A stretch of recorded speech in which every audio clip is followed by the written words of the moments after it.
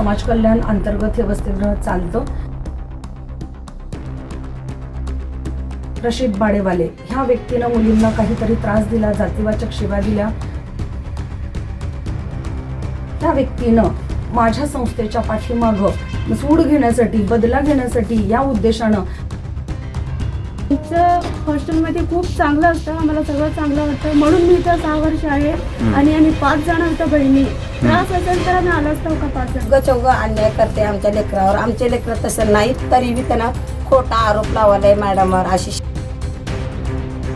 मला इथे संचालक मॅडम व अधीक्षिका मॅडम यांच्याकडनं कोणताही त्रास झालेला नाही। फजल सय्यद, अजीज फजल सय्यद हा नावाचा व्यक्ती आणि दुसरा आहे वंचित बहुजन आघाडीचा पदाधिकारी रोहित लालसरे। मुद्दाम बाहेरच्या माणसांना पैसे देऊ ह्यांनी कामं करून घेते। सगळं खोटं मॅडमना आरोप करणं हे सगळं खोटं आहे। तो माणूस कोण आहे? सोलापूर शहरातील मजरेवाडी येथे क्रांतीज्योती सावित्रीबाई फुले मागासवर्गीय मुलींचे वसतिगृह असून हे वसतिगृह 2008 सालापासून शहरात कार्यान्वित आहे। अध्यक्षा म्हणून सायरा शेख, वसतिगृह अध्यक्षिका म्हणून कायनात शेख हे काम पाहत आहेत। या वसतिगृहात 23 मुली राहण्यास असून त्या वेगवेगळ्या शाळेत शिक्षण घेत आहेत। मात्र काही खाजगी आणि राजकीय कार्यकर्त्यांनी आपल्या वैयक्तिक लाभासाठी, स्वार्थासाठी वसतिगृहाला बदनाम करण्याचे कटकारस्थान करण्यात येत असल्याचा आरोप अध्यक्षिका सायरा शेखसह विद्यार्थी आणि विद्यार्थिनींच्या पालकांनी माध्यमांशी बोलताना सांगितलंय। मी सायरा शेख, स्नेहगुरुबौद्देशीय सामाजिक संस्था संचलित क्रांतीज्योती सावित्रीबाई फुले मागासवर्गीय मुलींच्या वसतिगृहाची मी संचालिका, संस्थापिका, अध्यक्ष या नात्यानं मी 2008 साली माझ्या वसतिगृहाला ही मान्यता मिळालेली आहे आणि आज तागायत ते वसतिगृह ह्याच एरियामध्ये आणि इथंच चालू आहे। आणि हे वसतिगृह मागासवर्गीय मुलींसाठी आहे। 24 मुली या वसतिगृहामध्ये राहतात। आजूबाजूच्या ग्रामीण भागातून या मुली इथं येतात शिक्षणासाठी। ज्या मुली शिक्षणासाठी वंचित राहतात, गावामध्ये शाळा नाही आहेत, अशा मुलींना आपण आपल्याकडं ॲडमिशन देतो। इयत्ता 5वी ते 10वी पर्यंतच्या मुली आपल्याकडे असतात। सगळं काही आम्ही त्यांना आमच्या समाज कल्याण अंतर्गत हे वसतिगृह चालतं। वसतिगृहातून मुलींना सर्व सुख सुविधा इथं देण्यात येतात। मुलींना गरम पाणी आंघोळीची सोय आहे, गिझर लावलेले आहेत आम्ही, मुलींना नळ आहे, पाणी आहे, टॉयलेट, बाथरूम, स्वच्छ पाणी, फिल्टरचं पाणी त्यांना दिलं जातं आणि एवढी छान RCC बिल्डिंग उभा केलेली आहे आपण, 3 मजली बिल्डिंग आहे। मुलींना प्रत्येक गोष्टीची इथं सुविधा आहे, कुठल्याही गोष्टीपासून त्या वंचित नाही आहेत आणि सगळं मुली अगदी गुण्यागोविंदानं राहतात। अगदी मुली सगळ्या स्पर्धांमध्ये भाग घेतात, वेगवेगळ्या ह्याच्यामध्ये नाव रोशन करतात त्या वसतिगृहाचं। हे सगळं चालत असताना मागच्या वर्षी एक घटना घडली होती। आमच्या समोर राहणारे रशीद बाडेवाले ह्या व्यक्तीनं मुलींना काहीतरी त्रास दिला, जातीवाचक शिव्या दिल्या आणि घाणेरड्या शिव्या दिल्यामुळं मुलींनी आणि त्यांच्या पालकांनी जाऊन MIDC पोलीस स्टेशनमध्ये 15/9/2023 रोजी तक्रार दाखल केली आणि त्या व्यक्तीवर ॲट्रॉसिटी आणि पोस्को हे 2 गुन्हे दाखल झाले। 2 महिन्यानंतर तो व्यक्ती जामिनावर परतल्यानंतर त्या व्यक्तीनं माझ्या संस्थेच्या पाठीमागं सूड घेण्यासाठी, बदला घेण्यासाठी या उद्देशानं त्यानं काही RTI कार्यकर्ते, त्यामध्ये एक आहे तो स्वतःचा त्याचा नातेवाईक आहे नळदुर्गमध्ये राहणारा फजल सय्यद, अजीज फजल सय्यद हा नावाचा व्यक्ती आणि दुसरा आहे वंचित बहुजन आघाडीचा पदाधिकारी रोहित लालसरे। ह्या दोघांना हाताशी धरून ह्या व्यक्तीनं मला माझ्या संस्थेवर माहिती अधिकार पाठवणं चालू केलं। मुलींचे फोटो, व्हिडिओ काढले आणि ते सगळ्या अधिकाऱ्यांना पाठवले। इथपर्यंत मुख्यमंत्री, उपमुख्यमंत्री, CP, SP, आयुक्त सगळीकडे त्यांनी पेनड्राईव्हमध्ये ते व्हिडिओ घालून दिले। त्या व्हिडिओमध्ये काय होतं तर माझ्या छोट्या छोट्या मुली आहेत, अगदी 5वी ते 10वी पर्यंत शिकणाऱ्या मुली। ह्या मुली काहीतरी खेळतात बाहेर, काहीतरी करतात, कुठं झाडू मार, कुठं गाडीला काहीतरी लागलं तर पूस, अशा काही घटना। मुलींनी पाणी खेळले, हातात पाणी पकडून आमचं बांधकाम चालू असताना मुलींना नळ दिसला, पाईप दिसलाय, मुलींनी मारले त्याच्यावर, असे व्हिडिओ तो घेतोय।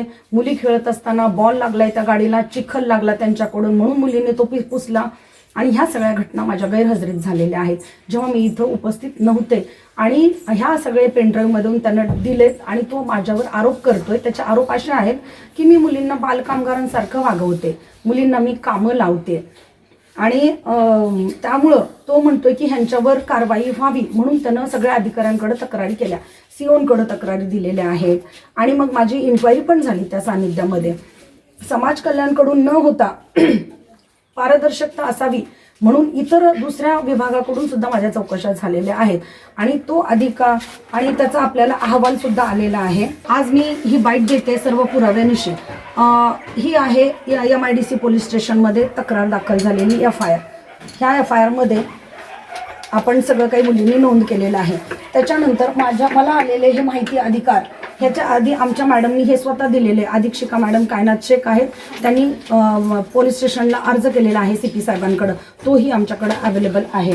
त्याच्यानंतर त्यांनी माहिती अधिकारामध्ये एवढे असे आम्हाला अगदी प्रेमपत्र पाठवावे अशा पद्धतीनं आम्हाला रोज माहिती अधिकार आलेले आहेत आणि ते माहिती अधिकारचे उत्तरं आम्ही देत बसलो त्यांना.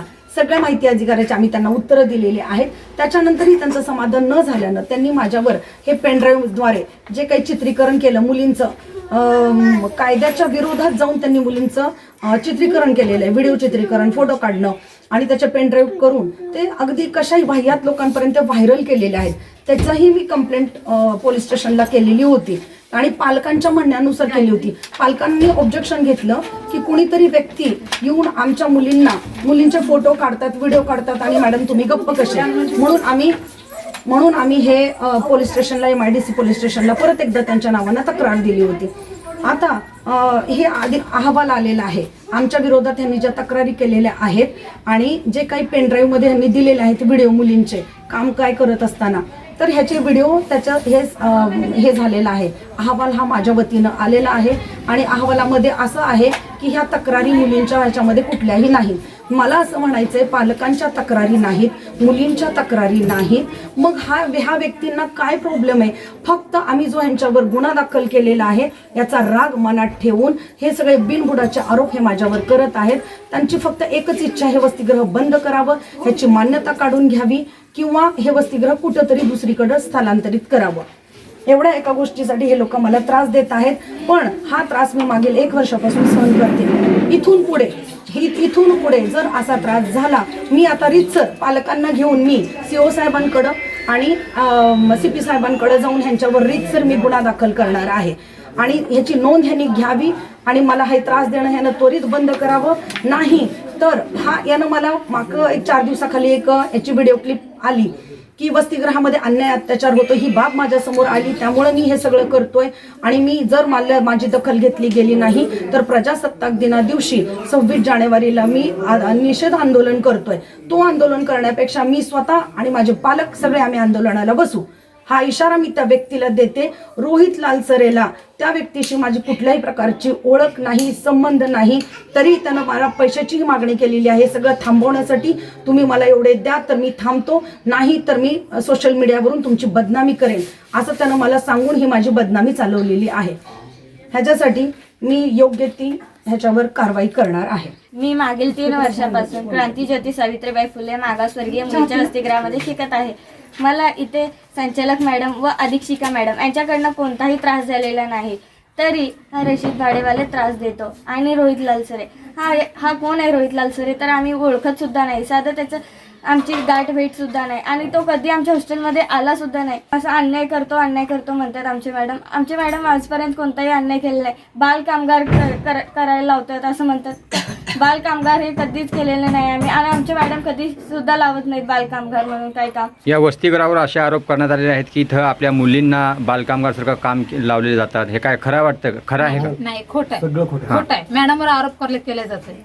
काय केले जातं? काय वाटतं? म्हणजे हे मुलांना काम लावतात, काहीच नाही, हे खोट आहे आणि ते खोट आहे. 2 वर्षापासून मुली तुम्हाला आज काय तक्रार वगैरे केली नाही आम्हाला का? अजिबात मुली काहीच तक्रार देत काहीच नाही. तक्रार नाही. हा माणूस खोटं बोलतो. खोटं बोलतोय. त्याच्यावर आम्ही कारवाई करणं आता सध्या करायला आलो, पण ते मॅडम आम्हाला दाखवले ना, आम्ही सध्या त्याला कारवाई करायला तयार आहे बघा. पालकांचा किती वर्षापासून आपली इथे मुलं आहेत? 2 वर्षापासून आमची मुलं शिकतात इथे. 2 वर्षापासून हो, आहे. मॅडम चांगलं शिक्षण देतात त्यांना. हा आमची मुली आमच्या घरी यायला नको म्हणतात, हा इथे राहतात म्हणतात मुली.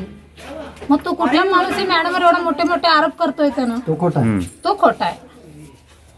एक पालक म्हणून काय वाटतं जे आरोप आहेत जे करण्यात आलेले सगळं आहेत? खोटं आहे, खोटं आहे. सगळं खोटं आहे. मॅडम म्हणून आरोप करणं हे सगळं खोटं आहे. तो माणूस कोण आहे त्याच्या आम्ही पोलीस स्टेशनला जाणारच आहे आता. किती आपली मुलं इथे वसतिगृहात आहेत? इथं आमचे गावचे माझे 9 आहेत. 9 आहेत मुलं. आमच्या गावचे गावचे किती वर्ष झाले इथे? 2 वर्ष झाले. या 2 वर्षापासून एकदा पण तक्रार मुलींची काय आलीच नाही. अजिबात काही अजिबात तक्रार तक्रार नाही. नाही आम्हाला. एवढे मोठे मोठे आरोप लावले जातात, काय कारण असू शकतं? हे काय त्यांनाच माहीत. जे काय ते वाईट असेल माणूस, हम्म. तो वाईट असेल. आम्हाला मॅडम नाही माहीत, तो वाईट असेल. ठीक आहे, म्हणजे आपल्या कुठल्याही प्रकारे इथं नाही. काहीच नाही. मॅडम बद्दल आम्हाला काहीच तक्रार नाही. किती वर्षापासून राहत आहे आपल्या? 4 वर्षापासून अच्छा, काय काय सुविधा भेटतात इथे? छान सुविधा भेटतात, हां कुठलाही त्रास नाही इथं. हां मला फक्त पुढला काकांचा त्रास आहे. हा. आमची व्हिडिओ काढतो, फोटो काढतो आणि ते कोण तर लालसर आहे, रोहित लालसर यांना पाठवतो. हम्म. त्यांनी म्हणतं माझे मॅडम गुन्हेगार करतात म्हण. काय गुन्हेगार करतात मला सांग. मी सुट्ट्यामध्ये पण जात नाही. मी इथे राहते, मला पाठ्यपुस्तके सगळं, माझे जेवणाचं सगळं बघतात. आईसारखं प्रेम देतात. हे कोण करू शकते का? मी रोहित लालसर भैयाला सांगते हे गुन्हेगार आहे काय, विचारा त्यांना. मग असलं तर आम्हाला येऊन भेटा म्हण. तुम्ही किती जण आहे तिथे आता? 2 जण एकटी होती.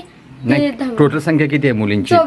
24. कुणाला काय त्रास झाला इथे? नाही, काही नाही. उगाच अन्याय करते आमच्या लेकरावर. आमचे लेकर तसं नाहीत, तरी बी त्यांना खोटा आरोप लावायलाय मॅडमवर. अशी शिवी घाळ देते आमच्या पोरीवांवर. नाही, आपले असा आरोप आहे की आपले जे इथं मुली शिकत आहेत त्यांच्यावर मॅडम इथे कामगार म्हणजे बालकामगार सगळं वागणूक नाही, देतात. तसलं काही वागत नाहीत आमच्या लेकरांना. मॅडम लय खूप छान आहेत.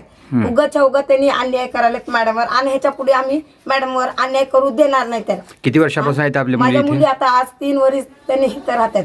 हां, हा अच्छा, 3 वर्ष झाले इथे राहतात. हा 3 वर्ष झाले. आता माझी मोठी मुलगी 10वीला आहे. आता 2 नंबरची मुलगी 8वीला आहे. माझी हां, मुलगी काय सांगितलं नाही म्हणजे नाही, मी इथं आमच्या त्रास मुली होतोय काहीच आम्हाला? आम्हाला सांगितलं नाही कशाचा आमच्या मुलीला त्रास नाही. उगाच्या विनाकारानं त्यांनी काही आरोप लावलेत मॅडमवर, आणि ह्याच्या पुढून त्यांनी आरोप नाही लावायचा आमच्या मॅडमवर. आमचे लेकर नाही सांगत तरी ह्यांनी मुद्दाम बाहेरच्या माणसांना पैसे देऊ ह्यांनी कामं करून घेते. इथं कॉलेजला ऍडमिशन नसताना जी आम्हाला ऍडमिशन दिले, आम्हाला सांभाळत, आणि ते लालसरे आमच्या मॅडमवर असं अन्याय करतात म्हणतात. आणि आमच्या मॅडम त्यांनी कुठलाही अन्याय केलेला नाहीये. आणि अन्याय आमच्या मॅडम नाही, आरोप असं करण्यात आलेला आहे की इथल्या ज्या मुली आहेत त्यांना गाडी पुसायला लावणं, कचरा उचलायला लावणं, असे आरोप करण्यात आलेले आहेत. कितपत खरे आहे? आमच्या मॅडम त्यांनी तसं काही सांगत नाही आम्हाला. कार पुसा, ते करा, हे करा, काही सांगत नाहीये. ते आमच्या समोर असलेला रशीद भाडेवाले यांनी असं म्हणतात की आमच्या मॅडम असं लावतात म्हणून असं म्हणतात. तसं काहीच नाहीये. आणि उगा खोटा आरोप लावलेत आमच्या मॅडमवर.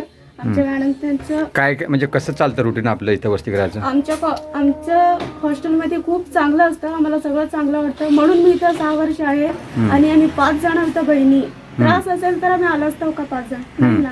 मग आम्ही म्हणजे कुणाचंच नाही आपल्याला म्हणजे आरोप की मॅडम असे आहेत म्हणजे इथे असं चालतं, नाही. सगळे व्यवस्थित आहे असं म्हणायचं आपल्याला.